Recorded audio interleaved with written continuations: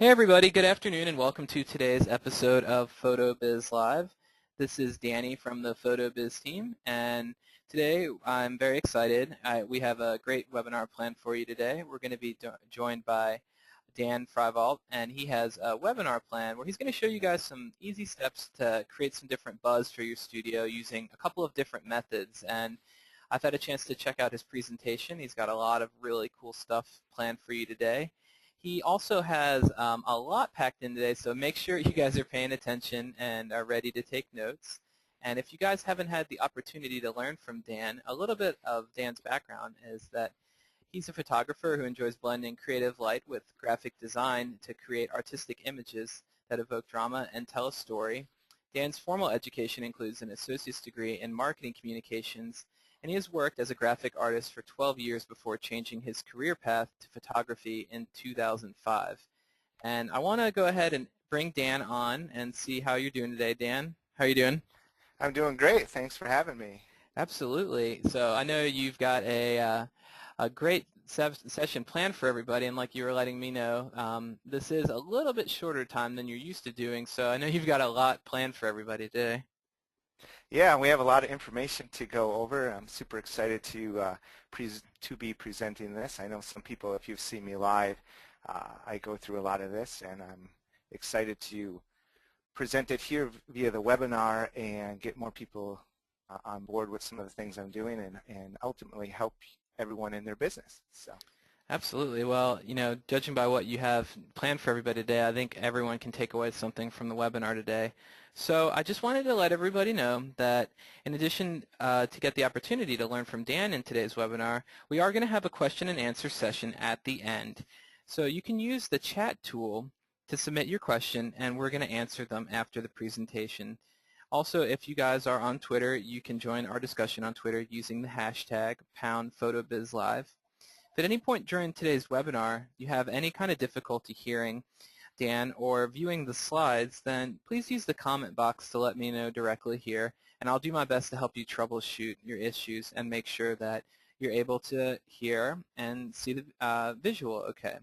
We also are going to be recording today's webinar, and you'll be able to view it on youtube.com/photobiz, so be sure to subscribe whenever that is uploaded there. So, all right, I'm going to go ahead and turn things over to Dan and let you get started. Great. Thank you, Danny. So yeah, we're going to kind of get started here and go over some information. So the first slide up just has some of my information. So if you want to kind of follow me, see what I'm up to, see the type of imagery I'm creating and things like that, I kind of put that out there right away so you guys can follow along. But let's get kind of into the main thing why we all showed up here. I know Danny kind of read my bio and gave me some of this information already, but just kind of a quick background information on me. I've been shooting photography since high school.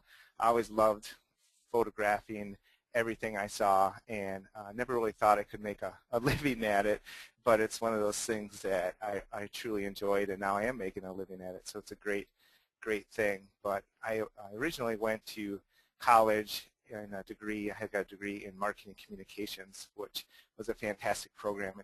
It taught me everything from advertising to drawing to airbrush to offset printing and also some photography. So it was a great, well-rounded program. From there, I worked 12 years as a graphic designer or graphic artist and did mostly pre-press work. And basically, the time when digital came along is when I really found my voice in photography and my calling in photography, because I always loved photography, but I had certain ideas in my head that I just couldn't quite capture and get out via film days. So when digital came along, it was like this huge epiphany, like, all right, this is what I'm meant to do, and I can create all the crazy things that are in my head that I wasn't able to do before. So in 2005, I opened up a studio and was a part owner of that studio. And then as of 2012, I sold my half of that studio and created my own studio, which is Freiwald Photography, and I'm located in De Pere, Wisconsin, which not a lot of people probably know where De Pere is, but if you know, it's very close to Green Bay, Wisconsin, and a lot of people know that because of our only true thing here in Green Bay, which is the Green Bay Packers. So if you know where Green Bay is, I'm pretty much right here in De Pere. So mainly what I do is like 90% high school seniors. And what I'm going to talk about today, a lot of it kind of has to do with the high school senior market. But if you photograph weddings or children or anything like that, a lot of these techniques will be easily adapted to those markets as well. But we're just going to focus kind of on my wheelhouse, which is the high school seniors. So the 3 easy steps to create buzz for your studio. That's kind of what I named this webinar, and we could spend several hours on each one of these steps. We don't have that amount of time today, so I'm going to focus very strictly on the key points that have really launched my business with this last year with these items, which are displays, a lot of social media, and creating what I call epic images. So I'm going to give you some things today that will help you do this right off the bat with your studio and make you stand out, and that's really the key in today's market is what I believe. So first of all, we're going to kind of talk about displays. So if you don't know what a display is, these things have been around for years, and there's several other photographers who have been doing displays, and just really they are just a go-to item to create buzz for your studio and to create and how to stand out in the marketplace. And I have a few things that I kind of adapted to work best for the way I did my display. So mainly your displays, they need to have impact. And when I'm talking display, if you don't really know what that is, it is kind of going into a similar business and asking to put up some type of your images to display in their workplace or their storefront. And what that does is you kind of seek out people who have similar businesses and where you can kind of help each other. So the point is if you're a children's photographer, for instance, is to go into a children's clothier store and present your images for them. So it kind of gives them decor and artwork for their imagery or for their storefront, and that helps you get business for you, and it also helps decorate their storefront as well. But the main thing I feel is that the images have to have impact, and even the display itself should have impact. Instead of just doing framed portraits or something like that, I chose to do something that was a bit more extreme because it matches my personality and my style. If your style is more traditional, go ahead the frame route, but just make sure that it makes an impact and the frames are high end and everything just looks immaculate. So I chose to go with metal displays because it kind of matches my personality and my target market, which is the next thing here. So try and match your target market. Like I said, if you're a children's photographer, try and get into a children's store, or if you're a senior photographer like me, I try to get in places that high school seniors would shop at. The key when you're pitching this display is that you kind of have to benefit the both of you. So it has to benefit the owner of the store, and of course it also has to benefit you as a photographer. So building that relationship and making it work for the both of you is the key. I recommend some type of call to action, having the display and then also having either cards that the store can hand out, or what I did in the past, if they purchased a prom dress from this store, they could get a card which would give them, say, 25% off their senior session. So similar things can work. Again, like the baby scenario or the wedding scenario, like if they buy a wedding dress from the store, they see your images, they get some type of gift card that would be a free engagement session, or however you want to work it. But the main thing is to kind of make them give you a call for some reason other than just looking at the pretty pictures on the wall. So I'll give you a couple key things that I found work really well with pitching a display, because the thing is there's a lot of photographers out there right now. It's a very large growing market, and there's nothing wrong with that. A lot of people will get discouraged by that, but it's actually made me a better photographer, and a lot of things I'm talking about today also I'll kind of go over how that's made me a better photographer, because I really had to step up my game and make myself stand out, and that's the key with today, I really believe, is standing out and doing things different. So if you just go in and ask, hey, can I put a display up? They may have had 10 other photographers that week that walked in and wanted to do a display, or they know other photographers, or they're friends with photographers, or family members of photographers. So we have to be a bit more creative nowadays to get a display up and going. So the one thing that I found really worked is if you can ask to speak to the owner about purchasing gift cards to help promote their business. And the thing of it is if I just walked in and said, hey, can I put a display up? I don't think that works really well unless you really know that person. But if I walked in and said, hey, I think your business is great. It ties in great with my business. I think we can help each other grow and create business for each other. And what I'd like to do is purchase some gift cards to give out to my top clients as a gift from me to them. The minute you start putting money and investing in a company, I think they really stand up and listen a little bit more than if you just ask to do something. So I think this is a key, and it can be however you want. It could be $100 gift cards, $500 gift cards, and you spread those out. But the key is to make yourself interested in that business and rely on that business and show that you support that business. And of course, small business, we're small business owners, so I like to help other small business owners when I can in my town and help those out just like they're helping me out, and that helps everyone out. So make sure you let them know it's free for them. It's not a sales pitch. It's not going to cost them anything. You're going to come in. You're going to take care of everything for them, make it super easy for them. That's the thing. They're busy, just like we're busy. We don't have time to be messing with stuff. So just make sure you say, I'm going to come in, I'm going to install everything, I'm going to put it where you want it, I'm going to dust it, I'm going to replace it often to keep it fresh, fix anything if it gets damaged, replace it often so there is no problems with that. And another side note is what I do for like my model reps is one key benefit they get is they get to be on a display. So it's kind of cool where if they're my model reps for the year, they get to be in the display. And at the end of the year, I sell those displays to them at a discounted rate. So it's really nice to do that for them and to get a little extra money out of the deal instead of just always putting up displays and having all the money come directly out of your pocket. I can sell them at a discounted rate back to the models. And then the store gets brand new images every year.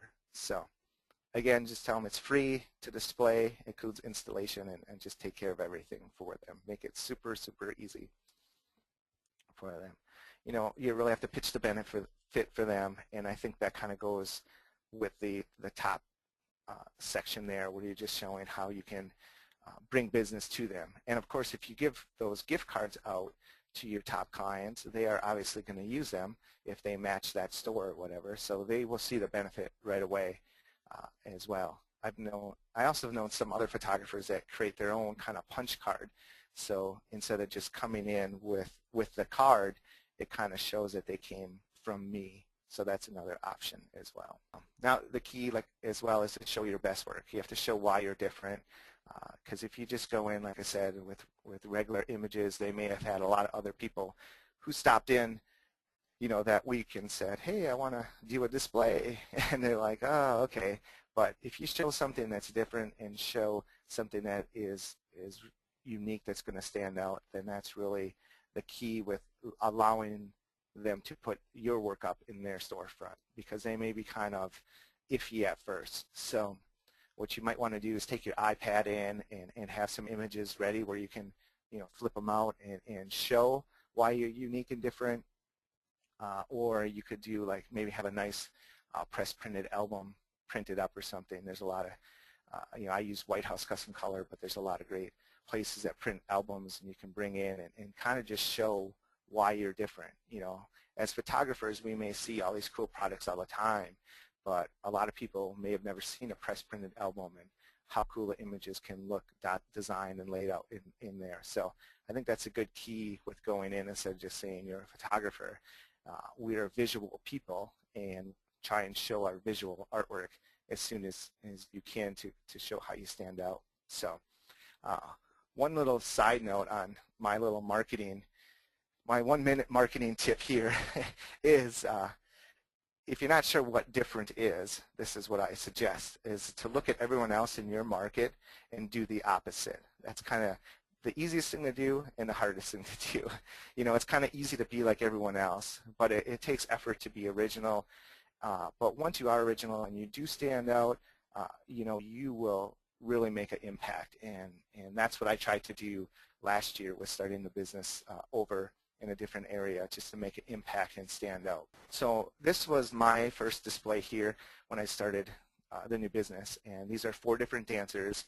And what I did is I went in, I knew a dance studio, so I contacted the dance instructor and said, I had this idea, I want to do a display, and would you allow me to come in and photograph? And because I knew her, she's like, sure, come on in. So I said, the point is I wanted to photograph girls that were high school seniors, or I'm sorry, that were juniors that were going to be high school seniors that summer. So my idea is once these girls saw this image and worked with me, they would hopefully hire me to do their senior portraits, and I'd get the ball rolling. And that's exactly what happened with this image. 3 of the 4 girls did hire me. The one girl did not hire me, but that's okay. She had to go where her brother went, and you know that happens. But I had 3 to 4 girls were my reps. They helped promote me, and it just the ball got rolling from there. So I could have just done a simple image, and trust me, when you look at this image, it took me a long time. It was very difficult for me to do, but I just stuck with it because I really had this vision in my head, and I really wanted to follow it through because I knew it would make a big impact. So if you're looking at this and saying, oh, but I can't do that, try and force yourself out of your comfort zone, and it will make you a better photographer. And B, I have some other items here as we get further into the presentation that you can start right away that isn't maybe so overwhelming as an image like this. But this is my display that I had. I actually printed it. Well, I'll come back to that later. Show you a little behind the scenes of how I shot this. I went right to their studio, made it easy and convenient for them, and I shot the 4 dancers, and I didn't even really have the correct light modifiers when I did this, as you can see, but it totally worked out. So here's the 4 different dancers, and I kind of started where I cut them out, put them on this background, did some water brushes and everything, and also I have a free rain brush here for everyone who is attending today. And if you type in this address on the below, which is tiny.cc/rainbrush, you can sign up to get that free brush sent to you. So just another side note. But what I did then is started adding some of these rain splashes and stuff. Here's the rain brush that just came in here now, these like streaks coming down. And then just kept adding and adding and having multiple layers to create the final image here. So before I even had a chance to get the display printed, I posted it on Facebook, and this is when the buzz really went viral with it. I had over 140 likes, 44 comments, and 4 shares. It's kind of odd that those are all 4s, but that's kind of how it worked out. Reached over 3,000 people saw it. I had many new likes on my photography fan page. Like I said, 3 out of 4 girls were my model reps. Then I ended up photographing other dancers from other teams because that spread with all the other friends of their friends that were dancers. And we all know Facebook, I think, enough now to know how things can spread. And we can look at data like the 3,000 people reach and stuff, but there's just tons and tons how it can go. And the main thing, it was free marketing. You know, I had to pay for the display and my time, but I just made it worth my while and really put a lot of effort into that to make it really stand out. And with marketing, you can spend money on a bunch of things, flyers and promotions and stuff, or you can put some what's called guerrilla marketing, which is a little bit more time involved with it to really stand out. And I've chose to really do more the time involved with things because my type of sessions are very personal and very much one-on-one. I'm not a volume type studio. So this fits my brand and it fits my style. Here is just an Instagram shot of the display in my studio. I also put one up in my studio, which is like the big centerpiece. This is by Metal Mural. It's panels. So each one of these panels are 12 by 12. and so it's 3 feet by 4 feet. So it's quite large panel, and now when people come in and actually see it as compared to the Facebook, they really see all the detail and the amount of effort that went into it, and really see the expressions on the girls' faces and stuff. So that's been pretty cool to have in my studio and have people come through and want to see. And then of course these are the two girls, two of the girls who came in. I got a quick snapshot of them at the studio to have them with it, so you can kind of see the scale of it too. So like I said, this brought in more dancers to my studio. I kind of now become like the dancer photographer or something because of that particular image, because it stood out. So this girl was in the hip hop, so I did like her doing these different hip hop moves, and she had a lot of motion in her moves, and I wanted to kind of convey that. So this was my next project where I photographed all her doing her different moves, cut her out and put them in this different background. And when you're cutting people out and putting in backgrounds or doing composites, the key is to make it more realistic, is of course the lighting, but also the extraction, and the main thing also is like the atmosphere. So I put in like clouds and stuff and fog in the foreground. She's in the middle ground, and of course the digital background is the background. Here's another dancer image that I did based off the rain. This background is from Ben Shirk, if you know him. He's a great artist, good friend of mine, and so this is inspired by him. And so I put the different shots of this girl in and added more of the rain coming down on her. Very easy and simple to do.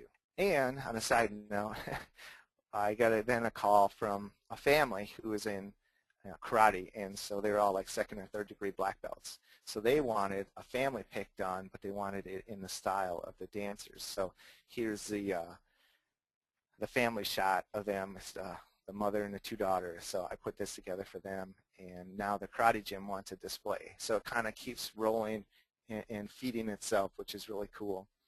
And you know, I firmly believe it's because I did something different that this family called me, and then the karate gym saw it, so they wanted a display, and now they were seeking me out for a display, which is cool because I didn't have to go in and try and pitch them on a display. So, you know, again, just trying to stand out, be different, really will make an impact. And also on this, you know, another note is it helps to build your brand, but also your brand will help you charge what you're worth as well, and allow you to become someone that people seek out and are willing to pay a little bit extra because of what you're supplying them, and what you're giving them is so different. All right, do we have any questions with the display? Should we take a little second here before we go on to the next segment? Let's see, Dan. A couple came through here. Let me take a look real quick. I think the main questions, I think before you got into it, people were asking more about what actually displays, you know, like did they mean like metal displays or the large ones in a store, like when you're walking up to the doors, they usually have those displays that are, you know, 4 to 5 feet high, well, around that height. And I guess more questions about the kind of display. Kind of display, sure. I chose to go with the metal displays, which I get from like either Metal Mural for the panels or the actual metal prints from White House Custom Color. But I just recommend whatever fits your brand. The metal fits my brand fantastic, but I've also done where they had like canvas gallery wraps as displays. I know some people are big into framing, so they have, you know, more traditional and huge frames. Other people have done banners as well, like in schools, if you can get in for that. So, man, I think, you know, whatever matches your style and your display or your brand is the best thing. Yeah, awesome. Okay, great. Well, that answered that question. One other question came in about, do you personalize each display per type of boutique or store? Or is it just one, you keep your branding, you know, consistent no matter where you go? Well, if I understand it correctly, the question, yeah, I try and do like, okay, so for the dancers, it was nice because I said, I want to photograph your dancers and make it very personal. So everyone who walked in the door said, oh, well, that's Kennedy or that's Mallory. And just, I thought that really put the personal touch on it. That's not always possible. You know, if you go into a clothing boutique, if you can photograph like the owner, if they happen to have a family, or if they just had a baby, maybe you can go in and say, I'll photograph your baby, I won't charge you, I want to put this together for you and then display it. That's great, because every time someone comes in, the owner would say, oh, that's my baby. So I think you get more mileage out of doing that. It's not always possible, so maybe you just go in and put up displays of seniors. Okay. When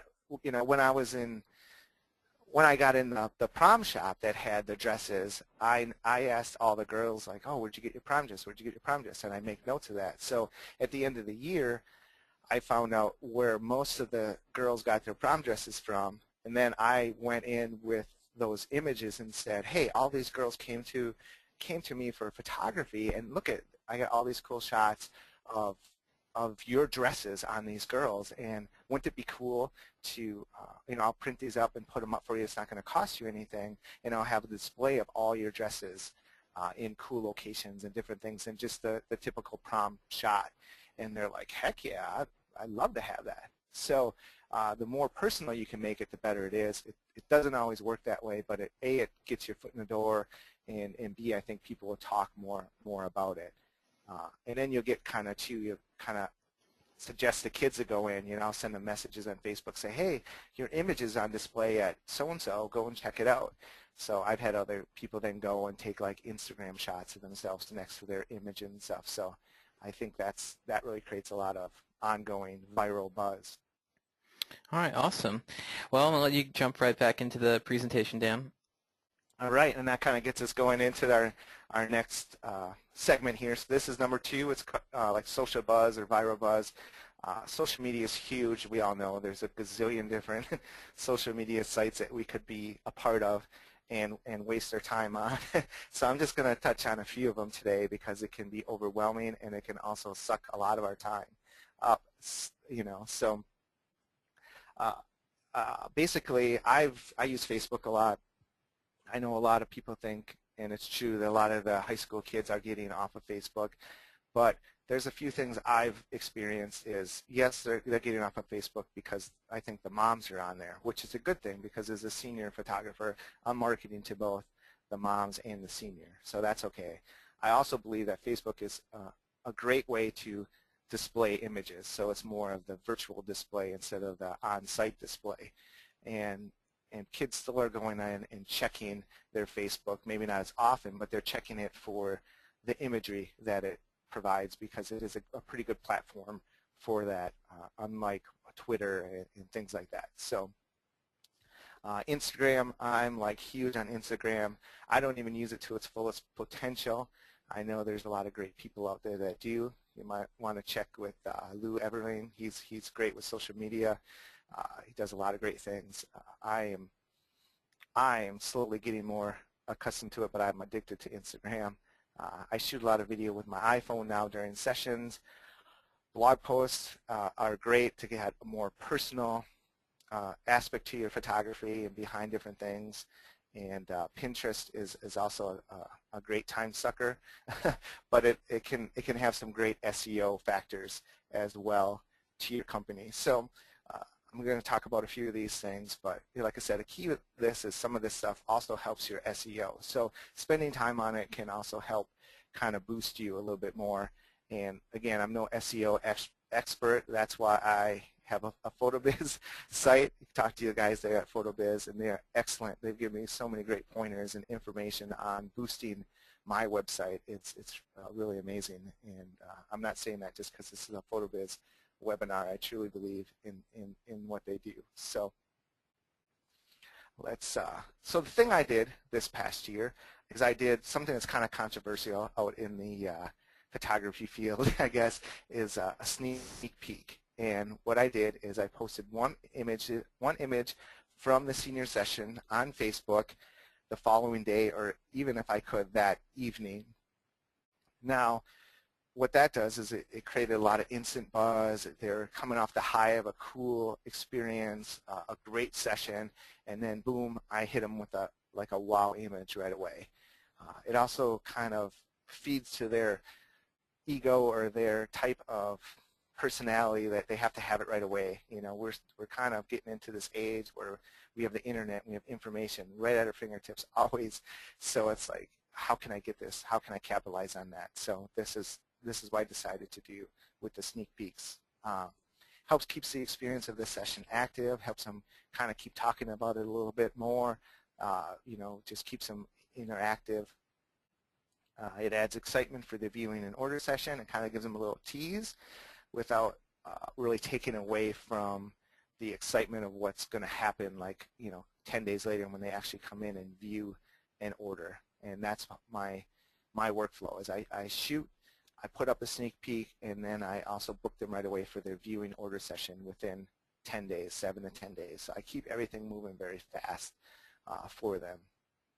Now here's the controversial thing. It says, well, take away from your order or your purchase. Oh, you know, but I say it's all marketing. I'm willing to say they may not purchase that image if I post it, but I'm okay with that because there's a ton of other high school kids who are looking for a senior photographer who are going to see that image and then hopefully call me.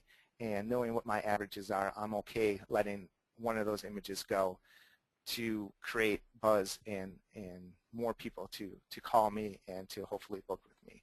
So I will say about 50% of people this year did not purchase that image, but then some of them did come back later and end up purchasing it because they're just like, I just love it. Why didn't I get it? Why didn't I get it? Well, I know why they didn't get it, because they saw it. So once they saw it, they kind of felt like they bought it, and that's kind of what people will say. And again, these things work for me and for my studio. You can tweak it however you want to work for your studio, but this really created some instant buzz to get me in the forefront and in front of the eyes of my target market. So it was well worth it for me.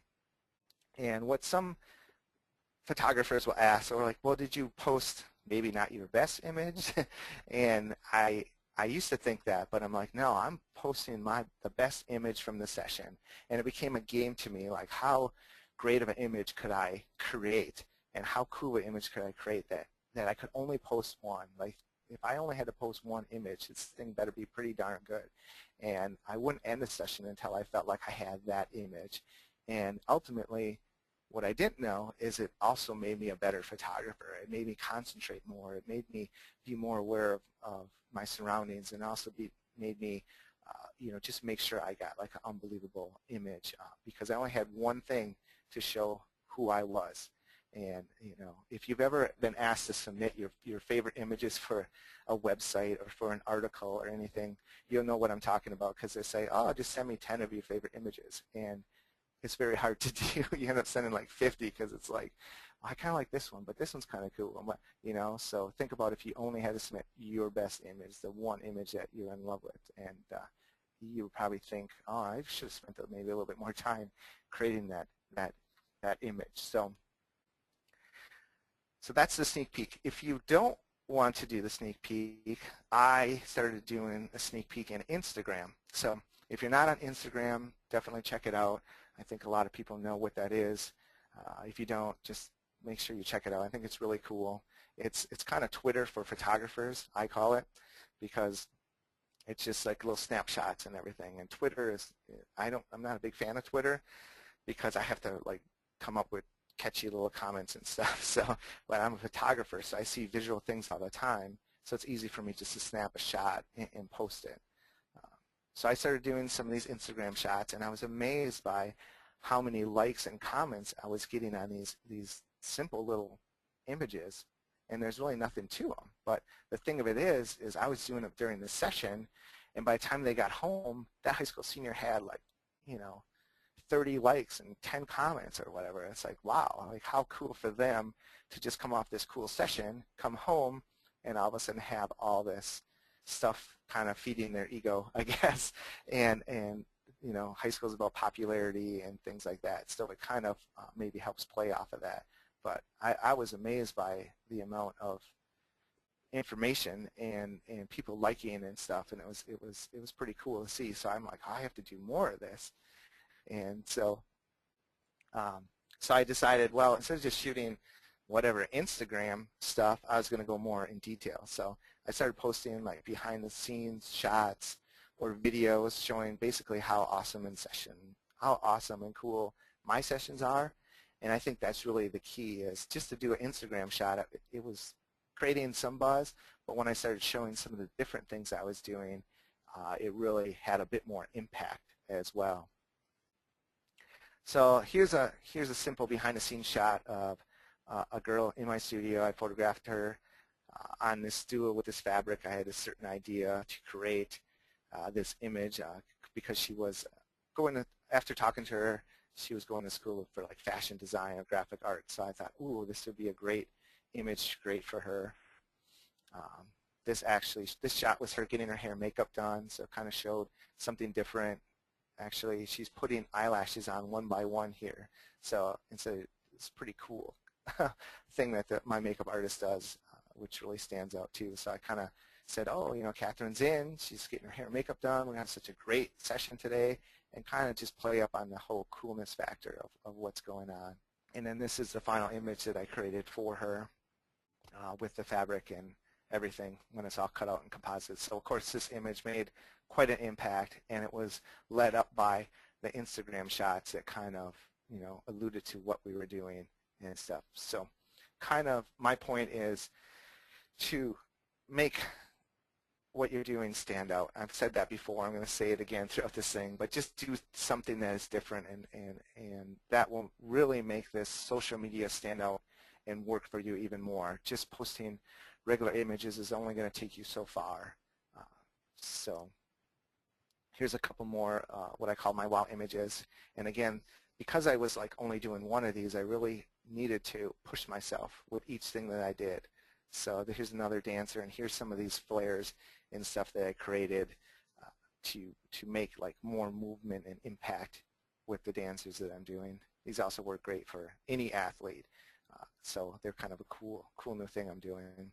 This is just using off-camera flash stuff. I'm going to go into that in just a second here. Crazy things, hauling furniture out into a waterfall and shooting. Not everybody does that. So these are some things that you can do right away if you don't have the Photoshop skills quite honed yet. Just do things like that. Make it a cool experience for them.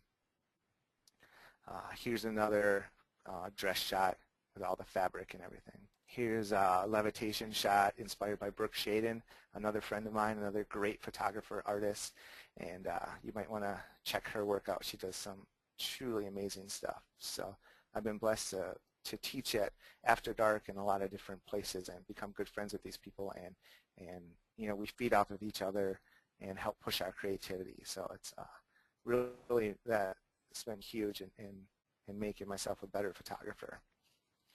So here's an artistic montage. These are some other things I do, kind of put these things together, do something that's a little bit different. A couple different versions. That went by fast, sorry. But I kind of came up with this of kind of integrating different sports into one artistic piece. So we have volleyball and basketball and softball all kind of melded into this one artistic piece. So when I posted this, you can see some of the stuff I had. It's over 146 likes and a bunch of comments. So it was, created a lot of buzz. And now, as I'm starting this year, I got 2 girls already contacting me because of this image who are coming to me for senior portraits because they saw this image of Kelsey, and it's pretty cool. Plus, they this team won state for the 2nd year in a row, so it was kind of cool to follow and see them win state and everything. So side note is cool. Here's something that I've been doing for a couple years, and it's the composite. These take a little bit more work than the montage. The montage is a very simple process that I created without cutting people out, and it goes very fast. I can do them in like 30 minutes because I'm not cutting people out. I'm just using layer blending modes and layer masks and things like that to put those together. So that's been very profitable because it doesn't take me much time.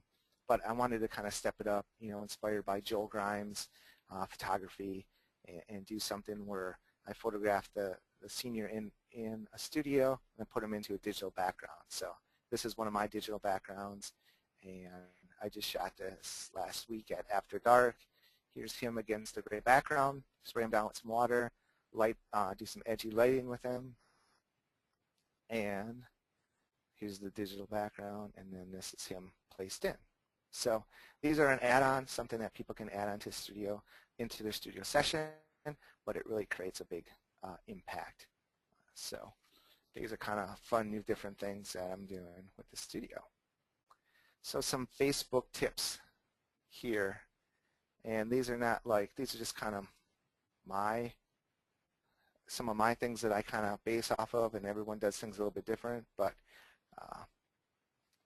if you listen to a lot of social media, they say post often, but not too often. They kind of recommend like twice a day, which I can't keep up with that, but I guess it helps keep people interacting with you and keeps you, very on the forefront of their wall and stuff. But I try and do once a day if I can.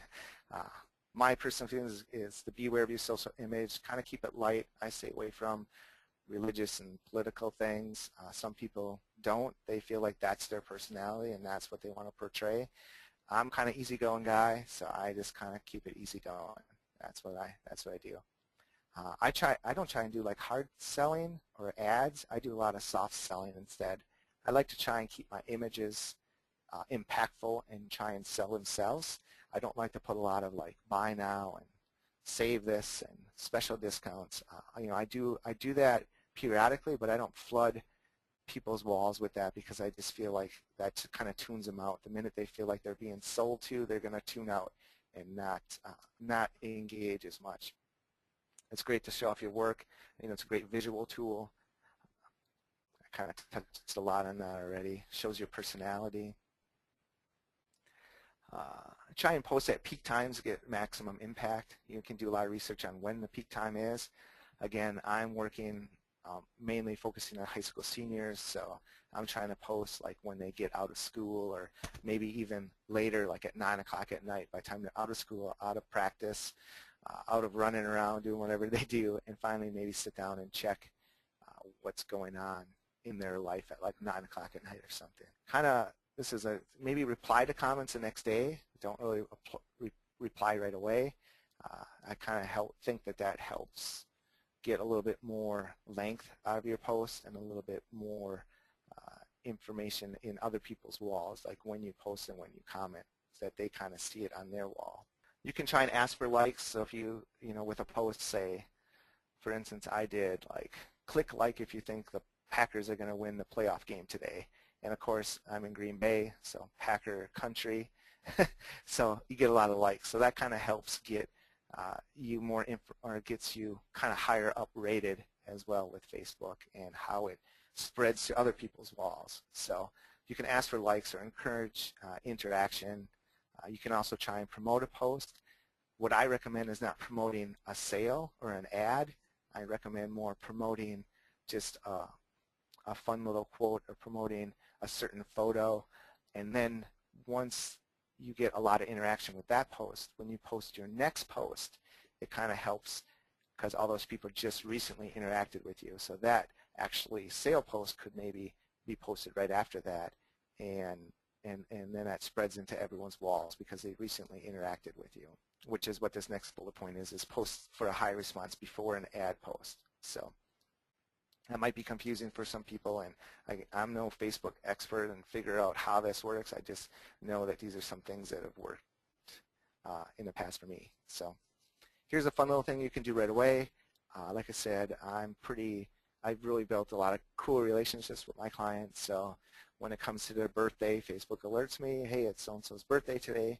So I created this simple little PSD file, and I just go in and change the name and just make it a little bit more special for them. So as everyone is getting like birthday things come up on their wall, mine comes up with a photo, so it kind of maybe stops and makes them look a little bit closer at what that is, and makes you kind of stand out too. Don't be a creeper. Yeah, that's the thing. A lot of people are like, oh, it depends on how close you are with your clients and stuff. So I don't like get too close and do a lot of likes or comments on their page, but just happy birthday, things like that, I think is pretty cool. So I think they appreciate it. So we're looking at the time here. We're going to go over some of this other things here, some more things that stand out, and we're doing pretty good here with time. So the last thing I'm going to kind of talk about is dramatic skies or epic images. And I've kind of been talking about epic images all the way through, and just kind of how you can stand out. And what I try and do is I learn all these techniques and then try and break them down into how I can recreate them very simply and very quickly, because I don't like putzing with a bunch of technical stuff. So like I said, the montage thing, I created a very simple way of doing it based off of like what Richard Sturden and some great composite people were doing. So now dramatic skies, same thing, like a lot of people use in high-speed sync and multiple flashes and everything, and I just couldn't get it to work for me, and I had batteries that would go dead, and it frustrated me, and I was messing with equipment. So I started carrying my A-Lane-B, my strobe outside to get these shots, and it's just one light, and it was one modifier, one battery, and it just worked great for me. So I'll kind of give you my system for how I do that. If you want to take notes with this here, it's very simple. And basically what I do is I set my camera on manual, 1/200th of a second, or your fastest sync speed for your camera. That's the only drawback with this, is you can only go up to 200. But that's okay, because I'm shooting in bright full sun, and I want like all that power, and I don't have to worry about depth of field, because I'm like creating the sun flare and everything in there, so it's not a big deal. ISO 100.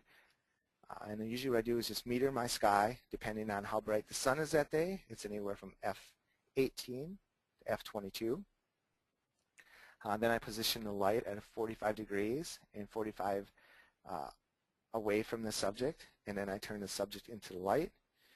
I use an A-Lane-B 1600 with a Paul Buff Mini Vagabond battery, and I set and a Larson softbox or a Paul Buff Beauty Dish, and I set the power at full blast in the 1600 if it's bright sun, middle of the day, like noon and 1 o'clock. I use Radio Popper Juniors to fire the system, so I can adjust the power right from my transmitter on my camera. And then this particular image I finished with one of my actions, like a rosy warm action, and different textures that I have as well. But I'll kind of show you. Here's what kind of a pullback shot, and so you can see where the softbox is placed. Like I said, 45 degrees off subject and 45 degrees up, so it gives that nice lighting on the face, meter for the sky, and then the softbox, I'm sorry, the A-Lane-B is at full power.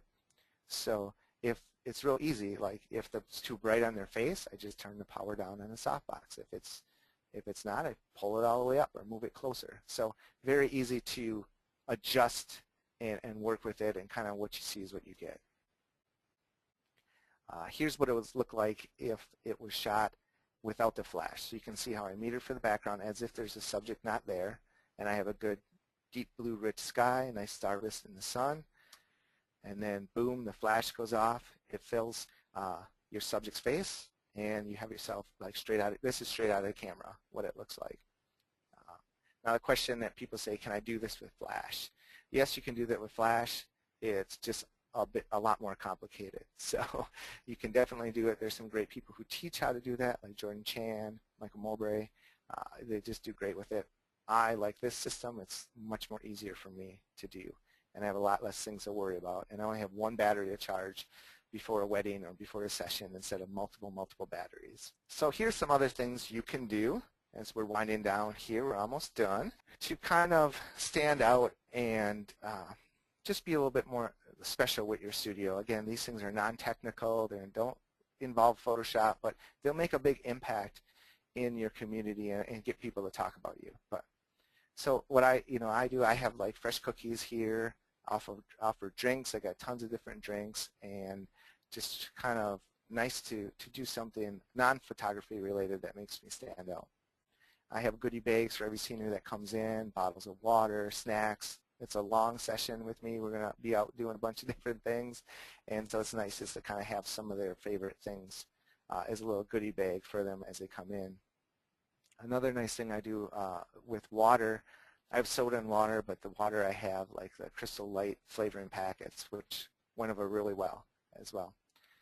Send handwritten thank you notes. You know, in the age of texting and digital everything, it's pretty nice to get something that's written as a thank you for coming to the studio, or thank you for the session.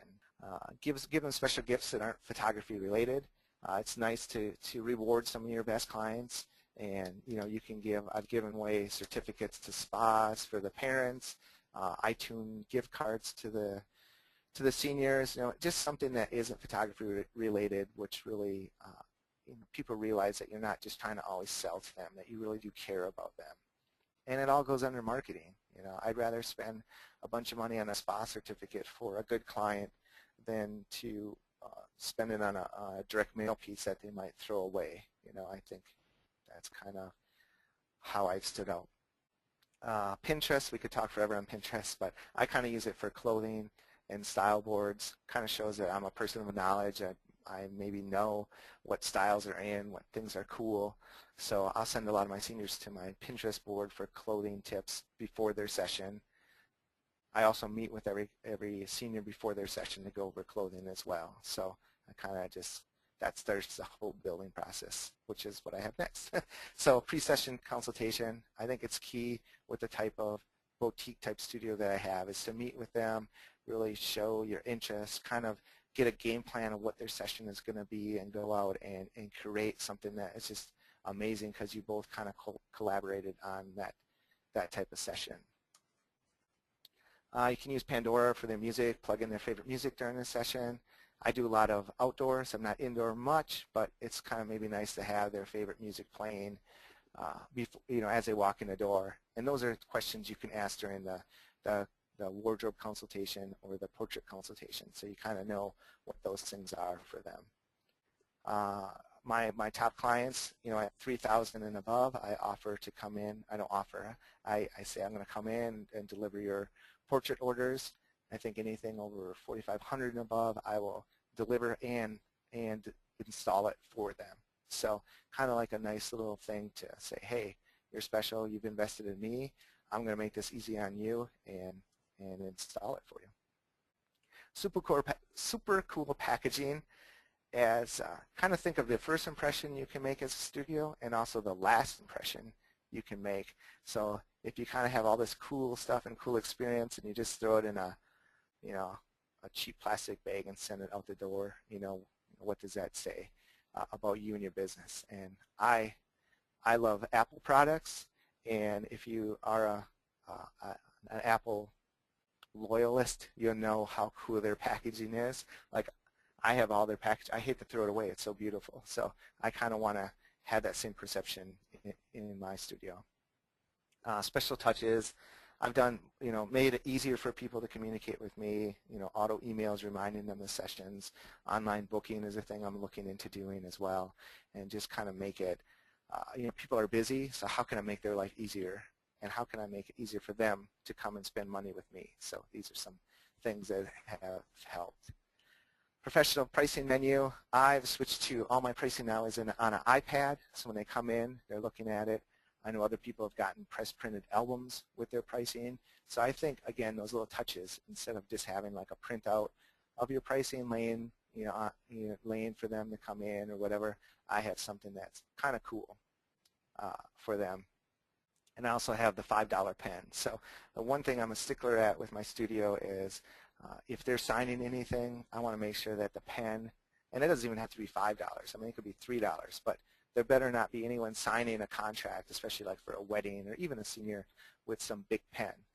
I want it to be, nothing against big pens, you know, but I don't want some cheap pen for them to be signing. You know, they're going to give me thousands of dollars. I want the experience to keep going. So go out to Office Max or whatever, get yourself a nice metal pen that writes smoothly and has a good feel and a good touch to it. And I think those little subtleties really make a big difference. And then, again, just do something that they wouldn't expect. Secret little surprises, little gifts, little things that make you stand out, that make a big impact, and that are not photography related.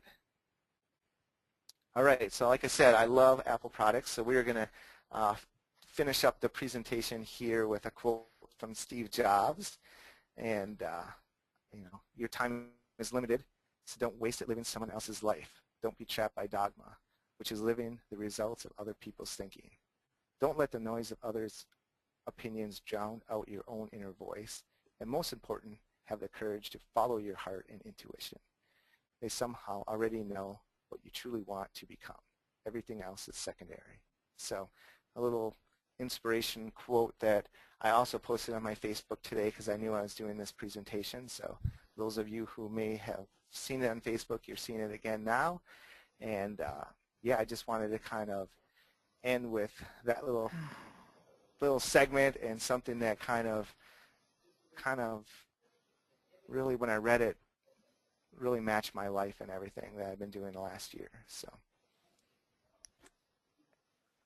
and then the last slide here is if you did want some of the products that I have or the tools that can kind of help you create some of these things, you can kind of go onto my store, which is hosted by PhotoBiz, and it's awesome to have online presence with them, with not only the website but my store. And because of this, for you guys tuning in today, we have a special, I have 25% off any product in the store. So that's what I have. I talked really fast to get through everything.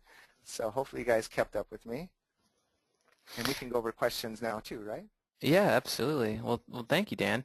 And we have a lot of questions that have come in here, and for everybody else tuning in, now is your chance to go ahead and post them. I'm going to kind of just work my way down, Dan, from the earliest questions we received to the most recent. Let's take a look here real quick. All right, so we have a bunch of questions about social media that came through. So this question is a good one. It came through from Fuller. Fuller asks, are your Instagram sneak peeks made with the actual iPhone photos, or do you actually, do you use the digital images on Instagram? That's a great question. I just shoot the behind the scenes of the session while it's in progress. I know other people will do both, but I don't do that. And I've looked into possibly doing that, but I kind of like the I don't want to say the grunginess, but the kids are so used to seeing, like, iPhone videos and YouTube videos and kind of crummy type imagery in a sense. I want to kind of lend into that so it doesn't feel like I'm selling to them. So I'm taking images with my iPhone and showing the fun that we're having in the session, and then I let my Facebook or blog posts show the more professional image that stands out. But that's just my own personal way of doing it. I know people do it both ways, and I'm sure there's maybe some SEO benefits with hashtagging things that can help you in that format. So I'm looking into that, but I like to do it more as a, hey, we're having a lot of fun, and artwork. When you see the finished piece, it kind of also shows that maybe there's more art that goes into it than just posting it up quickly. Yeah, absolutely. And I agree with you on that because you're on a little small screen, the digital image, and since you can't zoom on Instagram, really, there isn't, I feel like, as much of a purpose, Yeah, and I like a lot of photos on Instagram because in the beginning I was double clicking to zoom in on them, and and that's how you like them. So it's like, oh, I just like that. Oh, I can't zoom in. Okay, cool. Yeah. So. Yeah, and you made a great point about the teens kind of moving from one area of social media to the other. So I hope everybody's paying attention to that because I think you guys will see a pretty large shift in the next year. I don't think Facebook will be going away, but it's definitely has a fairly large decline in its users right now. And especially if you're a senior photographer, you're looking for them, like you said, that they're making a shift just because that's the thing. They kind of want to hide out away from the adults, Right. and and you got to think like a teenager when you're marketing to them. Yeah, a lot of them are on Twitter, and I'm still learning a lot about that. But yeah, they're getting away from Facebook because the parents are on. But like I said, it kind of benefits me because the parents are also searching for senior photographers, so I can kind of play off of that. But I think the other thing that's killing Facebook is the type of sponsored ads and the things that are showing up in your feed. So that's why I'm doing less and less like ads and just trying to show a lot of imagery, and hopefully that will kind of spur someone into, hey, I need senior portraits done. I've been seeing all these cool images. I'm going to research this guy and call him. And that works great for my business because I'm not, again, a volume studio. So I'm getting pre-qualified calls when they do call. Very cool. All right, and this question is again about social media from Ricardo, and he wanted to know, is it risky to post your images on Facebook just because people can download them, and wanted to know your opinion on that, and watermarking and all those different things when it comes to social media and sharing your photos. That's another great question because a lot of people get really caught up in people stealing their images.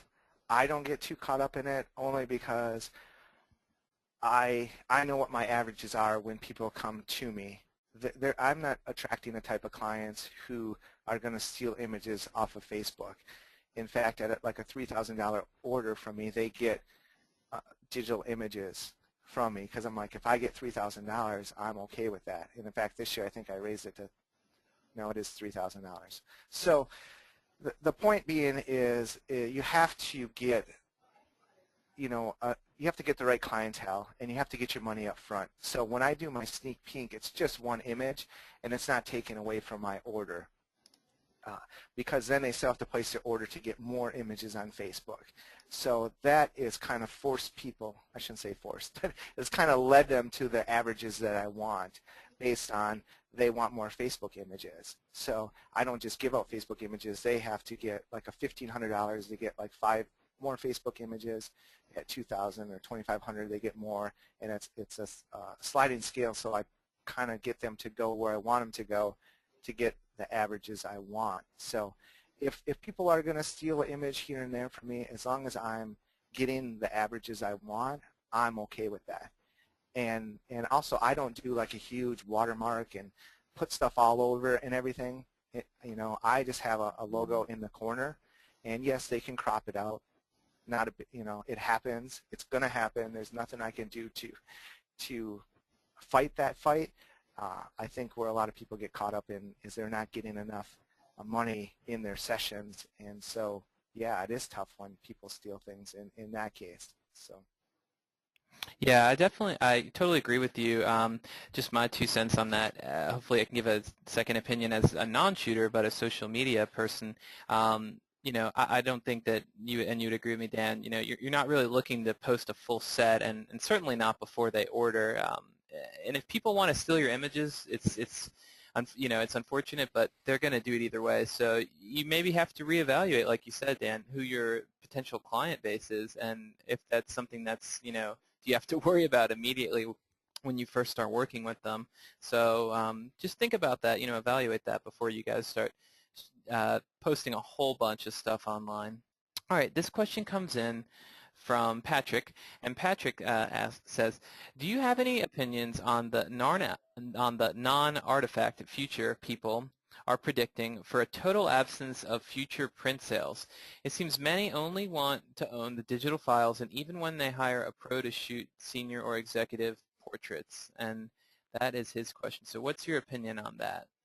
Yeah, that's a huge, huge issue, and it's a tough one to answer. I guess my position, I'm going to keep fighting for the art of photography and showing images and proving why it becomes an heirloom. Why when I pulled out images of my grandmother's wedding, how cool that was to have, and how cool it is to look back and remember that time in your life. And if you watch the TV show Revolution, it's about the whole power goes off, and there's a segment, I'm trying to get it somehow via YouTube or something, but there's a segment in there where the mother is so sad because the only images she has of her children are on her iPhone, and she can't access them, and she's starting to forget how they look. And so I'll play off of those emotions and say, these are very important, and your hard drive could crash, and anything could happen, and those are all gone. So again, it's about getting the right clientele who can appreciate that, and I offer both. It's just that you have to give me money first before I give you the digital ones. because I'm not against that. It's nice to have images on your phone, and I also have been using a new app. It's called myphotoapp.com, and uh, that's another incentive. So they have to get physical prints before they can get the app and share those as well. So it's a tough thing. The industry is like really shaken up, and I don't really know how it's going to end, but I think that people will always want some type of physical print to be able to enjoy, as long as it's something that is of value and has artistic qualities to it. That's a great answer, Dan. And I think, you guys all do a great job, professional photographers, of letting people understand and realize that. And, maybe one goal that everybody can set is have a reason why what would you tell someone if they asked you that? Like, what's your go-to answer? And if it takes you a minute to think about it, then, work on that. So I don't think it's going to go away. Like, I agree with you, Dan, but for sure that's a great, valid question that came in there from Patrick. Okay, so let's see if we have a couple more questions here. All right, this question comes in from Nick. It says, "Hey Dan, this is Nick from Minneapolis. I have had a hard time in the past with senior models. Many of them seem to just go through the motions, say the right things, and just take the discounts from being a model. How did you originally find your set of models, and what kind of things do you do to keep them motivated to be your ambassador?" Another great question. Thanks, Nick. It's glad you could swing on in today. But here's the key: is with models, every year I get frustrated, and everybody does, because you feel like they're not really doing anything for you. So after year, I'm less like, oh, they're not doing anything for me. They're not doing anything for me. I'm going to scrap that whole idea. But what I came to realize one night is that it's not about I'm not gonna get a return from my models, and I know that now going in. So I have my expectations set a lot lower. My whole point with models is to get them in, to create some kind of images that stand out, so then when I post those on Facebook, other people will call. And in fact, I've changed my whole model program is they don't really get any discounts. The only discount they get by coming to me is 50% off their session. That's the only thing they get. And they get an extra session. They get the mini session, which I'm going to do cool things in that session, as well as their regular session. But I don't have any incentives for them other than that. So I make it very clear when they come in and meet with me and say, hey, I want you to come to me because not for the discount, but for what you can, what you would have came here anyways. So the point is that I'm trying to get just a few people in every year and just do some really funky, crazy things with them, kind of experiment different techniques, and to just show unique imagery right out of the gate, because in Wisconsin and Minnesota, I'm sure it's the same way over there, is like a lot of people don't really start booking until end of June, beginning of July. And I'm going to start shooting my models this month and get some images out to get the ball going. So it's just about getting a few people in, and I don't have any high expectations and with them other than that. I think if you have a lot of high expectations, you'll be disappointed, and that's just my own personal take. I know other people have killer programs and get tons of referrals, and again, I'm shooting less people, so I'm not going off the volume of it, so it works for me. Awesome. All right, and just one more time, I know this came up. If you can just head over to the slide for the rain brush, I had at least 5 people message me, and I tried to, I sent it out to everybody, so hopefully you guys will get this. Let me send it one more time here, and it is sent to the entire audience there. So you guys should have that URL, and thank you again for providing that to everybody. We had a lot of people that thanked you for sharing that with us.